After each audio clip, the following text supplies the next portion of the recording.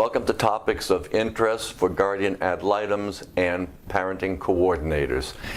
This is presented by members of MAGL, and today I'm Dr. Gerry Lewis, and I'm here with Dr. Stephen Shapse, and we're going to be talking about the court experience as a GAL and PC.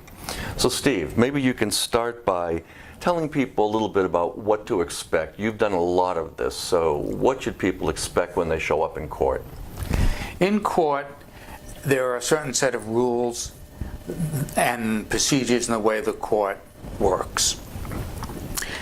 You should come in appropriately dressed, appropriately rested. The key thing is preparation. You should be thoroughly prepared, familiar with the case and with the areas that you are going to be questioned on. We were talking before about the invitation that you get, the subpoena. Say a little bit about that.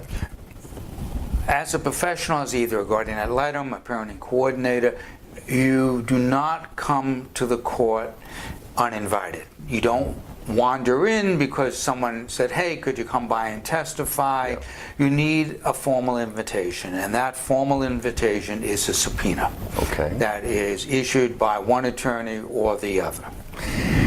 Now, what I have and you have in your MOU or your contract beforehand is a statement that says, beyond the GAL report, if I do get called for deposition or to appear in court, tell us what people should have in their contract about that. Well, we'll probably do another topics of interest on contracting, right, and another one on subpoenas. It is highly recommended, and most of us in MAGL and other professions do practice with a contract or a memorandum of understanding, in which, besides from delineating responsibilities, we also include a section on payment.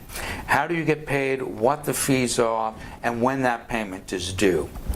So, for example, with the MOU for guardian ad litems, I specify that if I'm called, if I'm subpoenaed to testify, either in court or at a deposition, the subpoenaing party, whoever issues that subpoena, is responsible for paying a retainer.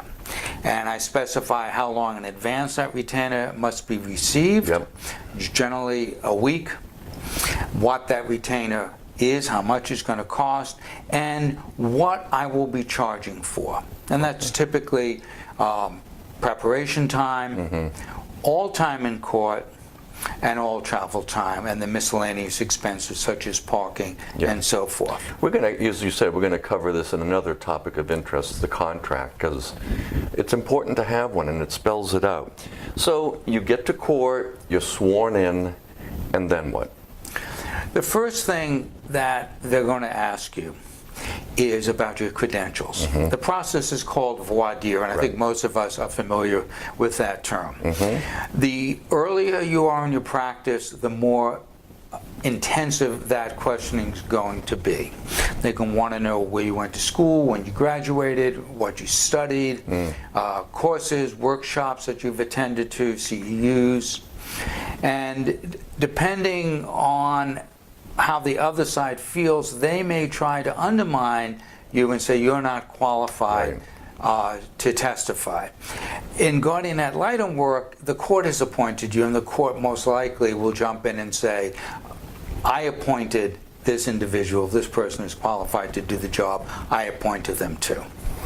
Okay, so after you go through that, then the next part is the questioning, and what we talked about is if one side is more in favor, they're going to be lobbing easy questions for you to respond to, and yet the other side might cross-examine. Can you say a little bit more about that? Sure. Oftentimes you're brought in and subpoenaed to come in to testify on a guardian ad litem case because the party issuing the subpoena thinks you have something good to say about their client. Right. Sometimes that's true, sometimes that's not true, but attorneys like to think that you're going to be favorable to their position. So that attorney is going to give you softball questions. They're going to give you more of a chance to respond. They're going to ask you broader questions. On cross-examination, when the other attorney gets their shot at you, they may ask very specific questions, and they are definitely going to try to undermine what you've said that's not in favor of their client. So one of the things I would think you have to be cautious about is when you're getting the softballs, don't go on and on. Really still try to stay focused specifically on the question. So maybe you can address a little bit more about the type of questions that either attorney will be giving you. Regardless of which attorney is giving you a question, the important thing to do, and I think most mental health professionals are really good at doing this, is listen. However, court is a different arena than your office. It's not your space, it's a different space.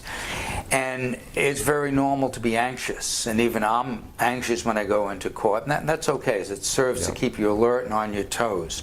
However, don't let that anxiety get the better of you. Listen to the question. Right. All questions have a beginning, middle, and end, and when the attorney gets to the end of that question, make sure you know what you're being asked. So don't just answer immediately. Take a breath, take a moment to digest the question, and also it gives everyone time to listen and think about what was asked of the witness. If you don't have a flying idea what was asked, you need to address that. And you'll say, not, attorney, I don't have a flying idea what you just asked me. You'll say, excuse me, counselor, I'm not clear what you're asking me. Could you clarify? Now, there's a tendency, particularly for early career folks who don't have much experience in court, is to do the attorney's work for them, and to say, well, you've asked me about a time early on in the relationship, then you asked me a time also about last week about an event that happened. Which of these do you want me to respond to? That's not your job. So how would you address that? What would you say? I'm not clear, or you just say, counselor, I am not clear what you're asking me about. You seem to ask me many different things, or you've asked me two different things. Even that I wouldn't say. I'm not clear, because as soon as you say you asked me two different things, the attorney is entitled to say to you, what two things did I ask you? You don't want to do that work. And you don't. Your job is not in that way to help out the attorney. Your job is to help the court. And the best way that I, as a witness, can help the court is knowing what I'm being asked and addressing in as much detail as is appropriate the question presented. Now, what about attorney demeanor? And if you feel like you're really getting slammed, or sarcasm, or just not being treated well, what should you do in that case? Attorneys may at times, and not necessarily purposely, but keep in mind their client is there, the judge is there. Everyone is actually nervous, believe it or not. Attorneys are nervous when they're trying a case, because everyone in a way is on show. They want to make a good impression on their client, and maybe even more importantly, they want to make a good impression on the court, so the court will think favorably of them and their client. So sometimes attorneys will be sarcastic, sometimes they'll yell, sometimes they'll just raise their voice or be confusing. And I think it's appropriate, and I've done this on occasion, to turn to the judge, not the attorney. The judge, not the attorney. Because you're testifying to the court. Your testimony is to the judge. So if at all possible, while you may look at the attorney when the attorney is giving you a question, you respond to the judge, if the judge is paying attention to you. Sometimes they're taking notes and there's no eye contact with the judge. You have to use your judgment at the time.